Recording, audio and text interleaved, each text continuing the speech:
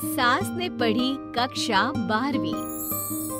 पाखी एक multinational company में काम करने के साथ सोशल एक्टिविस्ट भी होती है, जो ऑफिस खत्म होने के बाद शाम को घर आकर जरूरतमंद छोटे बच्चों को फ्री में पढ़ाती है। उसकी इस खूबी से बाकी लोगों के साथ सास भी बहुत खुश होती है। तुम सच में बहुत अच्छा काम कर रही हो बेटा, बस ध्यान रखना बच्चे आधे रास्ते में कहीं भटक ना जाए। भटकने से मेरा मतलब सिर्फ गलत काम करना नहीं है। कोई घर की जरूरत के लिए नौकरी करने लगे या किसी के घर वाले उसकी शादी करा दे, यह भी तो मंजिल से भटकना ही होता है ना।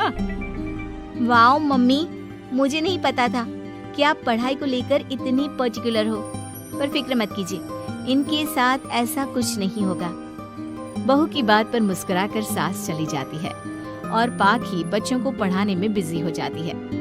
उसी रात पाखी और विराट साथ बैठकर बातें कर रहे होते हैं, जिसमें बहू सास की पढ़ाई को लेकर नजरिए का विराट के सामने जिक्र करती है। हाँ, मुझे सब पता है। ऐसे ही नहीं ये नालायक लड़का इतना पढ़ लिया। वो मम्मी ही तो है जिन्होंने बचपन से खाना खाया या नहीं से ज्यादा पढ़ाई की या नहीं पूछ पूछ कर मुझे इतना पढ़ने पर मजबूर कर दिया। वो हमेशा मुझे पढ़ाई और सेल्फ इंडिपेंडेंट होने की इम्पोर्टेंस याद दिलाती रही। और आज मेरी ये सरकारी नौकरी, इतनी अच्छी पोस्ट, उसी का तो नतीजा है।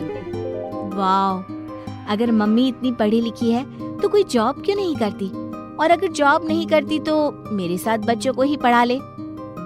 तुम्हें किसने बोला कि मम्मी पढ़ी हुई हैं? उन्होंने तो अपनी 12th क्लास भी पूरी नहीं की। उससे पहले ही नाना जी ने मम्मी की शादी करा दी। शायद इसलिए पढ़ाई और अपने पैरों पर खड़े होने को लेकर उनकी सोच ऐसी है, क्योंकि वो खुद ये सब करना चाहती हो। पत्नी की बात सुन के विराट भी सोच में पड़ जाता है। दोनों मिलकर प्लान बनाते हैं और अगले दिन बच्चों को पढ़ाते हुए पाखी उनके पास एक कुर्सी एक्स्ट्रा लगा देती है। ये एक कुर्सी ज्यादा किसके लिए लगाई है बेटा? कोई नया बच्चा आने वाला है क्या?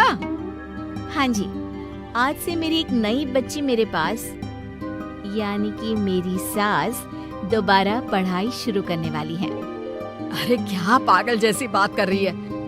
भला ये भी मेरी कोई उम्र है बच्चों के बीच बैठकर पढ़ने की?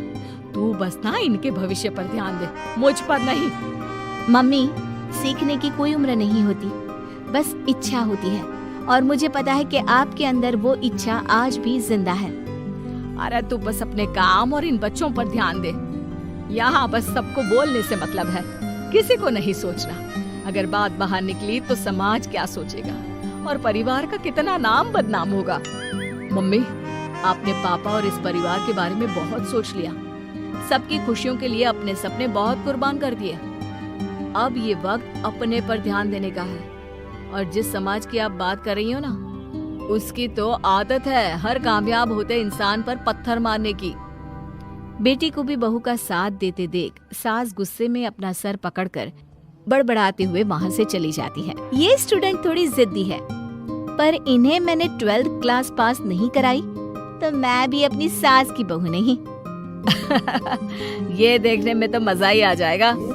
इसी के साथ पति पत्नी मिलकर सास को पढ़ाने के मिशन पर लग जाते हैं, लेकिन सास उनकी हर कोशिश को नाकाम कर देती है। एक शाम विराट अपनी मम्मी के लिए 12th क्लास की बुक्स लेकर आता है, जिन्हें देखकर इस बार सास का गुस्सा उन दोनों पर मानो फूट ही पड़ता है। अरे तुम दोनों का दिमाग खराब हो गया है क्या, जो ये बेवजह की जिद पकड़े बैठ गए हो? मैंने एक बार बोल दिया ना, मुझे कोई पढ़ाई नहीं करनी। इसके बाद मेरी पढ़ाई को लेकर मुझे घर में कोई जिक्र नहीं चाहिए। पोता पोती पकड़ने की उम्र में किताबें पकड़ूंगी तो अच्छी लगूंगी क्या? अरे परिवार का मजाक बन जाएगा। मम्मी, पोते पोती आप पढ़ने के बाद भी तो खिला सकती हो। और रही मजाक बनाने वाले लोगों की बात, तो उनके पास खुद का कोई सपना होता नहीं, इसलिए दूसरों की उड़ान रोकने की कोशिश करते रहते हैं। बस एक बार माँ, आप कोशिश तो करो। अगर अच्छा नहीं लगा तो हम दोबारा कभी नहीं बोलेंगे। बेटी की बात सुनकर माँ सोच में पड़ जाती है और ये सोचती है कि थोड़े दिन पढ़ लेती हूँ और उसके बाद पढ़ने में अच्छा नहीं लग रहा, ये बोलकर मना कर दूंगी। ऐसी प्लानिंग बनाकर वो पढ़ने के लिए तैयार हो जाती है। मौके का फायदा उठाकर तुरंत वे लोग सास का ओपन से 12th में एडमिशन करा देते हैं। मम्मी, आज से आपकी सारी जिम्मेदारी मेरी। अब तो आपका नाम टॉपर के लिस्ट में आने से कोई नहीं रोक सकता। ये मेरे सीधे बच्चे, इन्हें अंदाजा भी नहीं कि माँ का प्लान क्या है। पाखी सास को पढ़ाना शुरू करती है।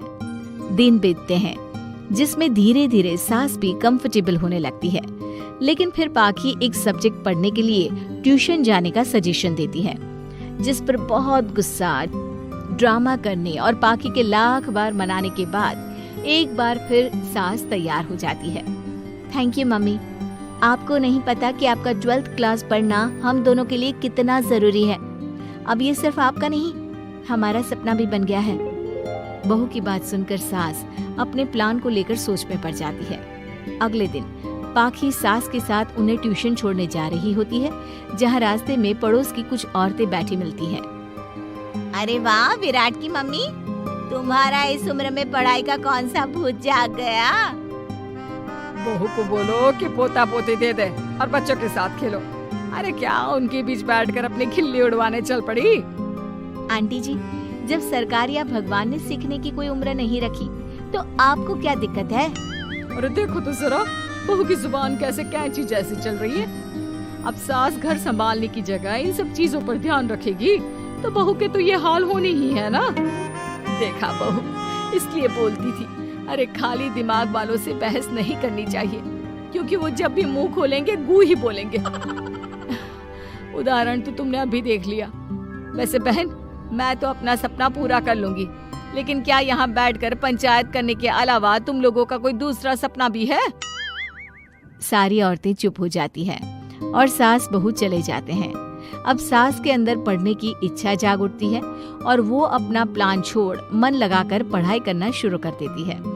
देखते ही देखते 1 साल बीतता है और बोर्ड एग्जाम शुरू हो जाते हैं। मम्मी, एग्जाम के लिए जाने से पहले जल्दी से ये दही शक्कर खा लो। अरे चल पागल, ये सब बच्चों के लिए होता है। अभी आप भी हमारे लिए स्कूल में एग्जाम देने वाली बच्ची ही तो हो। बच्चों का प्यार देखकर सासू माँ खुश हो जाती है और दही शक्कर खाकर विराट के साथ घर से निकल जाती है, जो मम्मी को एग्जाम सेंटर पर छोड़ ऑफिस चला जाता है। इसी तरह समय बीतता है और एग्जाम खत्म होने के बाद देखते ही देखते रिजल्ट भी आ जाता है। मेरी टॉपर माँ, तुमने तो तहलका मचा दिया। हर तरफ तुम्हारे ही चर्चे हैं। घर वाले ये खुशी मना रहे होते हैं कि वही औरतें उनके घर आती हैं। अरे पंचायत की टोली, आज मेरे घर कैसे? बस तुम्हें सॉरी और थैंक यू बोलने आए हैं।